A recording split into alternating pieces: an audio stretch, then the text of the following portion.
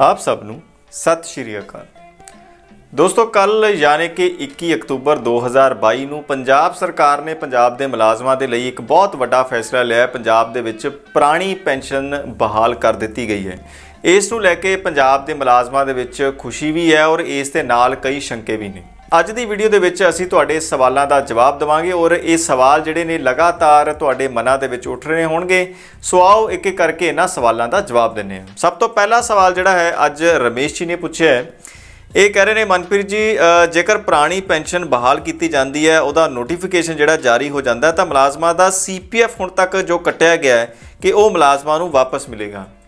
मैं दसदा कि नोटिफिकेशन की जिहड़ी है सानू उड़ीक करनी होगी। झारखंड सरकार ने जो पुरानी पेंशन बहाल करने तो बाद नोटिफिकेशन जारी की है उस दे विच साफ साफ लिखा है कि जो सरकार का शेयर होगा वो तुहानू सरकार नूं वापस करना होगा और मुलाजमां का जो हिस्सा है वो मुलाजमां नूं वापस किया जाएगा। और मुलाजमां नूं किस तरीके दे नाल वो वापस किया जाता है, इसकी वध संभावना है कि कर्मचारियों का जो हिस्सा है उसनूं GP फंड दे विच जमा करवाया जाएगा। पर पंजाब सरकार वालों अजे तक नोटिफिकेशन इस उपर जारी नहीं की गई है। जदों भी पंजाब सरकार पुरानी पेंशन के उपर नोटिफिकेशन जारी करती है तो इस दे उपर जिहड़ी है सानू होर क्लीयरेंस जिहड़ी है होवेगी। अगला सवाल जिहड़ा है दमनजीत जी का है। पूछते हैं Manpreet ji, can we expect pending arrears of employees and pensioners will be given, will it be ever given और नॉट। इन्हां दा कहना है कि पे कमीशन का जो 5.5 साल का एरियर है बकाया है कि सरकार उसनूं भी जारी करेगी, उस बारे कोई भी गलबात जिहड़ी है नहीं की गई। मैं दसदा कि सरकार सारिया मंगां दे उपर विचार जरूर कर रही है पर मंगां नूं जिहड़ा एक मुश्त जारी नहीं किया जाता, यानी सारिया मंगां एको समय ते नहीं मन्नियां जांदियां। सरकार जिहड़ी है मुलाजमां नूं आने वाले समय दे विच हौली हौली करके जिहड़ा समय समय सिर इन्हां मंगां नूं पूरीआं करके उन्हां नूं खुशखबरी दिंदी रहेगी। पर जेकर दिवाली तो पहला इन्हां दो वड्डियां मंगां की गल करिए कि DA नूं जिहड़ा है बहाल किया गया, पुरानी पेंशन नूं बहाल की गई है, सो एक वड्डे मुद्दे ने। और इस तो बाद सरकार जिहड़ी है इन्हां सारे मुद्दों के उपर जो पेंडिंग ने विचार करेगी और हौली हौली जिहड़ा है इन्हां मुद्दों के उपर विचार करन तो बाद इन्हां मंगां नूं पूरीआं करेगी। सो पेंशन की बहाली तो बाद जेकर एरियर की गल करिए तो इस दे उपर मैनूं लगदा कि मुलाजमां नूं हजे थोड़ी उड़ीक करनी होवेगी। अगला सवाल जिहड़ा है गुरजंट जी का कह रहे हैं कि पेंशनर्स नूं ये वादे का पत्र जिहड़ा है इहदा जिक्र नहीं किया गया। ये गल कर रहे हैं DA की। कल पंजाब सरकार ने DA की अनाउंसमेंट की है। 6% जो पत्र जारी किया गया उत्थे मुलाजमां का नाम लिखा गया है, पेंशनर का नाम नहीं लिखा गया। और गुरजंट जी का कहना है कि पेंशनर जिहड़े ने इस पत्र दे विच इनकलूड नहीं किए गए। मैं दसदा कि पंजाब के जो कैबिनेट मिनिस्टर ने अमन अरोड़ा जी, उन्होंने प्रैस कॉन्फ्रेंस के विच बड़े ही साफ ढंग के नाल कहा कि 6% जिहड़ा DA है ये पंजाब के मुलाजमां ते पेंशनर दोनों नूं दिता गया। सो DA का जिहड़ा वाधा है मुलाजमां दे नाल पेंशनर नूं भी दिता गया। पर पत्र दे विच जेकर जिक्र नहीं किया गया तो सरकार नूं इस दे उपर गौर करके जिहड़ी है इसकी बनती सोध करनी चाहिए है। अगला सवाल प्रवीण कुमार जी का कह रहे हैं पेंशन ओल्ड रूल्स के मुताबिक देणगे, जिवें कि GPF रूल जिहड़े ने लागू हुंदे ने या फिर NPS की जिहड़ी डिडक्शन है वो हुंदी रहेगी। प्रवीण जी, पुरानी पेंशन की बहाली तो बाद बहुत सारे सवाल जिहड़े ने मुलाजमां दे मनां दे विच ने। तुहाडा सवाल भी जायज़ है कि जिहड़ी कटौती पंजाब सरकार के मुलाजमां की तनख्वाह दे विचों हो रही है कि वह फंड हुण NPS दे विच ही जांदा रहेगा या फिर GPF दे विच जावेगा। जेकर झारखंड, छत्तीसगढ़ ते राजस्थान सरकारां की गल करिए तो उन्होंने जो कटौती है NPS के विच जमा करनी जिहड़ी है वो बंद कर दी है। और पंजाब सरकार भी जिहड़ी है उस राह ते जावेगी, यानी कि जो कटौती है उसनूं GPF दे विच जमा करवाया जाएगा क्योंकि NPS दे विच जमा करवाउण दे नाल जो फंड है उस उपर सरकार का कंट्रोल जिहड़ा है किते ना किते नहीं रहिंदा। सो उस फंड का की होवेगा जो मुलाजमां दा अजे तक जमा है उस बारे जिहड़ी है सरकार आने वाले समय दे विच फैसला लवेगी। पर पुरानी पेंशन बहाल होने तो बाद पंजाब के मुलाजमां नूं GPF की सहूलत जिहड़ी है वो दित्ती जाएगी और NPS दे विच जिहड़ी है रकम कटौती तो बाद जमा होनी जरूर बंद होगी। इस दे उपर जिहड़ी है मोहर पंजाब सरकार वालों नोटिफिकेशन जारी होने तो बाद ही लगाई जा सकती है। अगला सवाल अमनदीप जी का कह रहे हैं कि सर साडे डिपार्टमेंट दे विच EPFO स्कीम लागू है तो ओल्ड पेंशन स्कीम कदों लागू होगी। अमनदीप जी का सवाल बड़ा जायज़ है। बहुत सारे महकमिਆਂ ਦੇ ਵਿੱਚ पंजाब सरकार की गल करिए तो CPF की कटौती होंदी है, किसी डिपार्टमेंट के EPF की कटौती होंदी है। पंजाब के मुख मंत्री साहब ने जो पुरानी पेंशन का ऐलान किया पंजाब के विच तां ये शंके भी जिहड़े ने मनां दे विच होणगे कि की पंजाब के समूह डिपार्टमेंटां दे विच बोर्ड कारपोरेशनां दे विच पुरानी पेंशन बहाल होवेगी कि नहीं होवेगी।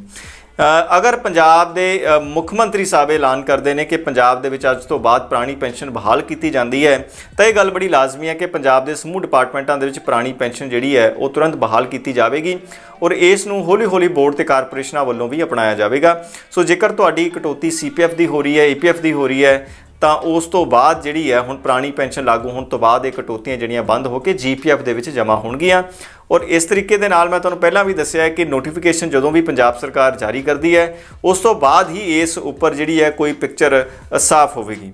अगला सवाल सचिन संधू जी का कह रहे हैं कि हुण पहलां NPS फैमिली पेंशन नोटिफिकेशन का की होगा पुरानी पेंशन लागू करने तो बाद।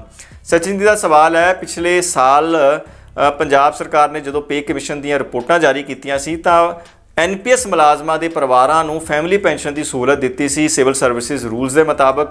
सचिन जी का सवाल यही है कि उहदा की होगा। पुरानी पेंशन बहाल होने तो बाद भी जी फैमिली पेंशन NPS मुलाजमां नूं दित्ती गई सी वो सहूलत जी बंद नहीं की गई। सो उन्हां मुलाजमां दे परिवारां नूं फैमिली पेंशन की सहूलत जिउंदी त्यों मिलती रहेगी। रविंदर शर्मा जी कह रहे हैं कि गवर्नमेंट ऑफ पंजाब ने जी पेंशन स्कीम का ऐलान किया है वो सेम टू सेम होगी ओल्ड पेंशन स्कीम वांग या फिर NPS दे विच ही कोई नवे चेंजिस किए गए हैं।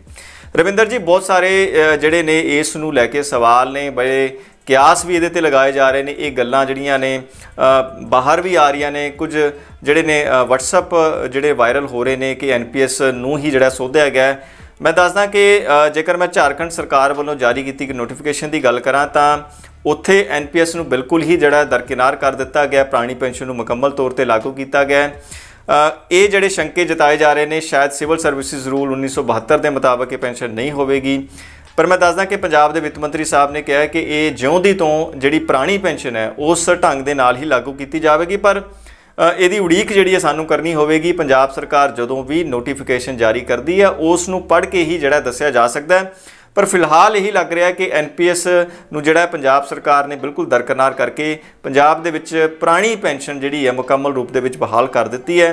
बहुत सारे सवाल जिहड़े ने उन्हां दा जिहड़ा जवाब है वो आने वाले समय दे विच जिहड़ा सानू मिल जाएगा। अगला कमेंट जिहड़ा सिंह साहब ने कीता है, ये कह रहे हैं कि humble request sir please advise the union leaders to raise their voice on the important issue of probation period to provide full salary in their probation, reduce the time to 1 year. Only this can inspire the youth to stay in Punjab. At this moment only issue to be resolved is regarding the probation. Singh Sahib ਦੀ ਤਰ੍ਹਾਂ ਕੱਲ ਦੀ video ਤੋਂ ਬਾਅਦ ਬਹੁਤ ਸਾਰੇ comment, ਜ਼ਿਆਦਾਤਰ comment ਜਿਹੜੇ ਨੇ ਇਸ ਵਿਸ਼ੇ ਤੇ ਹੀ ਆਏ ਨੇ ਕਿ ਪੁਰਾਣੀ ਪੈਨਸ਼ਨ ਨੂੰ ਜਦੋਂ ਪੰਜਾਬ ਸਰਕਾਰ ਨੇ ਬਹਾਲ ਕਰ ਦਿੱਤਾ ਹੈ ਹੁਣ ਪੰਜਾਬ ਦੇ ਮੁਲਾਜ਼ਮਾਂ ਦੇ ਲਈ ਇੱਕ ਵੱਡਾ ਇਸ਼ੂ ਬਣ ਜਾਂਦਾ ਹੈ ਪ੍ਰੋਬੇਸ਼ਨ ਸਮੇਂ ਦੇ ਵਿੱਚ ਵੱਖ-ਵੱਖ ਜੋ ਕੰਡੀਸ਼ਨਾਂ ਲਗਾਈਆਂ ਗਈਆਂ ਨੇ ਉਹਨਾਂ ਨੂੰ ਖਤਮ ਕਰਨਾ, ਪ੍ਰੋਬੇਸ਼ਨ ਪੀਰੀਅਡ ਜੋ 3 ਸਾਲ ਦਾ ਰੱਖਿਆ ਗਿਆ ਉਸ ਨੂੰ ਘਟਾਉਣਾ। ਮੈਂ ਦੱਸਦਾ ਕਿ ਇਸ ਇਸ਼ੂ ਦੇ ਉੱਪਰ ਪੰਜਾਬ ਸਰਕਾਰ ਦੀ ਵੱਖ-ਵੱਖ ਜਿਹੜੀਆਂ ਜਥੇਬੰਦੀਆਂ ਨੇ, ਮੁਲਾਜ਼ਮ ਜਥੇਬੰਦੀਆਂ, ਉਹਨਾਂ ਨੇ ਇਹ ਗੱਲ ਜਿਹੜੀ ਹੈ ਪੰਜਾਬ ਦੇ ਮੁੱਖ ਮੰਤਰੀ ਸਾਹਮਣੇ ਤੇ ਪੰਜਾਬ ਦੇ ਵੱਖ-ਵੱਖ ਜੋ ਕੈਬਨਿਟ ਮਿਨਿਸਟਰ ਨੇ ਉਹਨਾਂ ਦੇ ਸਾਹਮਣੇ ਰੱਖੀਆਂ ਨੇ। और आने वाले समय ਦੇ ਵਿੱਚ ਇਹ ਆਸ ਕੀਤੀ ਜਾ ਸਕਦੀ ਹੈ ਕਿ ਇਸ ਵਿਸ਼ੇ ਦੇ ਉੱਪਰ ਵੀ ਪੰਜਾਬ ਸਰਕਾਰ ਕੋਈ ਨਾ ਕੋਈ ਫੈਸਲਾ ਜ਼ਰੂਰ ਲਵੇਗੀ ਕਿਉਂਕਿ ਹੁਣ ਪੁਰਾਣੀ ਪੈਨਸ਼ਨ ਬਹਾਲ ਹੋਣ ਤੋਂ ਬਾਅਦ ਇੱਕ ਇਹ ਵੱਡਾ ਮੁੱਦਾ ਜਿਹੜਾ ਹੈ ਪੰਜਾਬ ਦੇ ਮੁਲਾਜ਼ਮਾਂ ਦੇ ਲਈ ਹੈ। ਔਰ ਇਸ ਦੇ ਨਾਲ ਮੈਂ ਦੱਸਦਾ ਕਿ ਜੋ 7ਵਾਂ ਪੇ ਕਮਿਸ਼ਨ ਲਾਗੂ ਕੀਤਾ ਗਿਆ ਕੇਂਦਰ ਦਾ ਇਸ ਨੂੰ ਵੀ ਇੱਕ ਬਹੁਤ ਵੱਡਾ ਮੁੱਦਾ ਮੰਨਿਆ ਜਾ ਰਿਹਾ ਔਰ ਇਹ ਦੋਨੋਂ ਇਸ਼ੂ ਜਿਹੜੇ ਨੇ ਪੰਜਾਬ ਦੇ ਯੂਥ ਦੇ ਨਾਲ ਸੰਬੰਧਿਤ ਨੇ ਔਰ ਪੰਜਾਬ ਦੇ ਯੂਥ ਨੂੰ ਤੁਹਾਡੀ ਗੱਲ ਸਹੀ ਹੈ ਕਿ ਬਾਹਰ ਜਾਣ ਤੋਂ ਰੋਕਣ ਦੇ ਲਈ ਇਸ ਉੱਪਰ ਕੋਈ ਨਾ ਕੋਈ ਸਰਕਾਰ ਨੂੰ ਫੈਸਲਾ ਜ਼ਰੂਰ ਲੈਣਾ ਚਾਹੀਦਾ ਹੈ। ਸੋ ਅਸੀਂ ਇਸ ਚੈਨਲ ਰਾਹੀਂ ਵੀ ਜਿਹੜੀ ਪੰਜਾਬ ਸਰਕਾਰ ਨੂੰ ਅਪੀਲ ਕਰਾਂਗੇ ਕਿ ਜੋ ਯੂਥ ਦੇ ਲਈ ਪ੍ਰੋਬੇਸ਼ਨ ਦੇ ਸਮੇਂ ਦੌਰਾਨ ਜੋ ਵੱਖ-ਵੱਖ ਕੰਡੀਸ਼ਨਾਂ ਲਗਾਈਆਂ ਗਏ ਨੇ ਉਸ ਦੇ ਉੱਪਰ ਵੀ ਮੁੜ ਵਿਚਾਰ ਕੀਤਾ ਜਾਵੇ ਔਰ 7ਵੇਂ ਪੇ ਕਮਿਸ਼ਨ ਨੂੰ ਜੋ ਕੇਂਦਰ ਦਾ 7ਵਾਂ ਪੇ ਕਮਿਸ਼ਨ ਜਾਂ 7ਵੇਂ ਪੇ ਕਮਿਸ਼ਨ ਦੇ ਸਕੇਲ ਲਗਾਏ ਗਏ ਨੇ ਉਸ ਨੂੰ ਖਤਮ ਕਰਕੇ ਵੀ ਜਿਹੜਾ ਪੰਜਾਬ ਦੇ ਸਮੂਹ ਮੁਲਾਜ਼ਮਾਂ ਨੂੰ 6ਵਾਂ ਪੇ ਕਮਿਸ਼ਨ ਦਾ ਲਾਭ ਦਿੱਤਾ ਜਾਵੇ। ਇਸ ਤੋਂ ਅਗਲਾ ਕਮੈਂਟ ਹੈ ਢਿੱਲੋਂ ਸਾਹਿਬ ਦਾ, ਇਹ ਕਹਿ ਰਹੇ ਨੇ मेरा सवाल है कि NPS ਦੇ ਵਿੱਚ ਜੋ ਕਟੌਤੀ ਕੀਤੀ ਜਾਂਦੀ ਹੈ ਉਹ ਘਟੇਗੀ ਜਾਂ ਵਧੇਗੀ। ਦੂਸਰਾ ਕਿ NPS ਦੇ ਵਿੱਚ ਹੁਣ ਤੱਕ ਕਟੌਤੀ ਜੋ ਹੋਈ ਹੈ ਮੁਲਾਜ਼ਮਾਂ ਨੂੰ ਉਹ ਕਿਸ ਤਰ੍ਹਾਂ ਮਿਲੇਗੀ।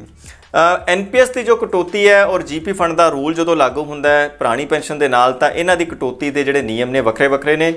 NPS ਦੇ ਵਿੱਚ ਜੋ ਸਾਡੀ ਕਟੌਤੀ ਹੁੰਦੀ ਹੈ ਬੇਸਿਕ ਪਲੱਸ DA ਦੇ 10% ਦੀ ਫਿਰ 14% ਹਿੱਸਾ ਸਰਕਾਰ ਜਮ੍ਹਾਂ ਕਰਵਾਉਂਦੀ ਹੈ। ਪਰ GPF ਦਾ ਰੂਲ ਇਹ ਹੈ ਕਿ ਬੇਸਿਕ ਦਾ ਜਿਹੜਾ ਹੈ ਘੱਟੋ ਘੱਟ 8% ਜਮ੍ਹਾਂ ਕਰਵਾਉਣਾ ਹੈ। यानी कि असी कह सकते हैं कि NPS तो बाद जो पुरानी पेंशन लागू होंदी है तो साड़ी कटौती जिहड़ी है वो घट जाएगी। GPF दे विच साड़ी मर्जी है कि असी घट्टो घट 8% तो बाद जिन्नी मर्जी अमाउंट जिहड़ी है वो कटवा सकते हैं, जमा करवा सकते हैं। GPF खाते दे विच इसकी मिनिमम वैल्यू जिहड़ी है बेसिक का 8% है और मैक्सीमम असी अपनी बेसिक के बराबर जिहड़ी कटौती करवा के GPF दे विच जमा करवा सकते हैं। और जेकर फंड की गल करिए, जो फंड साडा जमा होया है, साडे मुलाजमां दा जो फंड जिहड़ा NPS दे विच जमा होया है, उस बारे जिहड़ी है वो सरकार भविख दे विच फैसला लएगी, क्योंकि वो केंद्र की एजेंसी है और केंद्र की एजेंसी दे नाल राबता जिहड़ा लगातार वख-वख राज सरकारां ने वो कायम किया होया, और जो भी फैसला होवेगा वख-वख स्टेट गवर्नमेंट्स उस दे अकॉर्डिंग ही जिहड़ी है उस रकम दे उपर कोई ना कोई फैसला लैणगे। अगला सवाल मनदीप जी का कह रहे हैं कि मेरा सवाल ये है कि DA रेट जिहड़ा है वो सेंटर गवर्नमेंट ने 38% किया है, पर अज तो 10 साल पहला 2012 दे विच ये 80% सी, सो इन्ना घट क्यों है? मैं दसदा मनदीप जी कि 2012 की जेकर तुसी गल कर रहे हो तो पे स्केलों के अनुसार जेकर 2012 दे विच किसी की बेसिक सैलरी दी 20,000 सी, तो उस कर्मचारी की अज 10 साल बाद जी बेसिक सैलरी है वो 60 या 70,000 होगी, और उस अकॉर्डिंग ही जो DA नूं वधाया जाता है। जेकर उस वक्त बेसिक 20,000 सी तो जिहड़ा DA है उसनूं 80% किया गया है, और अज जेकर बेसिक की गल करिए तो बेसिक जिहड़ियां ने 70,000 या 60,000 के करीब ने, तो उस अकॉर्डिंग जिहड़ा है DA वधाया गया, और भविख दे विच अगले पे कमीशन तो पहला ये 38% जो DA तुसीं देख रहे हो ये 100, 125, 150% तक भी जिहड़ा है वो जा सकता है। अगला सवाल सुरिंदर कुमार जी का कह रहे हैं, हैलो सर, अगर किसी लड़की की मैरिज नहीं हुई है कि वो भी फैमिली पेंशन की हकदार है? मैं बिल्कुल दसदा कि अनमैरिड डॉटर जिहड़ी है वो परिवारक पेंशन की हकदार है, सो उसनूं जिहड़ी परिवारक पेंशन मिलणयोग है। दोस्तों मैं दसदा कि ये सन तुहाडे सवालों के जवाब, और असी कोशिश करते हैं कि हर वीकेंड ते शनिवार ऐतवार तुहाडे लई जिहड़ी है वीडियो लैके आइए, तुहाडे सवालों का जवाब दईए। मैं दसदा कि पुरानी पेंशन के उपर सरकार ने यह फैसला लिया कि इसकी चोण जिहड़ी है मुलाजमां नूं दित्ती जाएगी कि वो NPS दे विच ही रहना चाहते हैं या फिर पुरानी पेंशन च जाना चाहते हैं। इस नूं लैके भी तुहाडे मनां दे विच कई तरह के सवाल होणगे, सो इसका जवाब देने के लिए असीं एक वीडियो जरूर लैके आवांगे कि पुरानी पेंशन ते जिहड़ी NPS है नैशनल पेंशन स्कीम, इस दे विच की फर्क है और दोनों दे विचों किस दी चोण जिहड़ी की जा सकती है। इस वीडियो नूं देख के शायद ये डिसीजन तुहाडा सुखाला हो जाएगा। सो आस करते हैं कि अज की वीडियो ते अपडेट तुहानूं वधिया लगी होगी। वधिया लगी तो इस वीडियो नूं लाइक ते शेयर जरूर करियो। साडे चैनल ते आ रही वीडियोस तुहानूं वधिया लग रही तो सानूं सपोर्ट करने के लिए चैनल भी सबसक्राइब कर दिओ ते बैल आइकन भी जरूर दब दिओ। बस इस तरह ही जुड़े रहो, इस तरह ही साडा हौसला वधांदे रहो। मिलते हैं अगली वीडियो दे विच। धन्नवाद।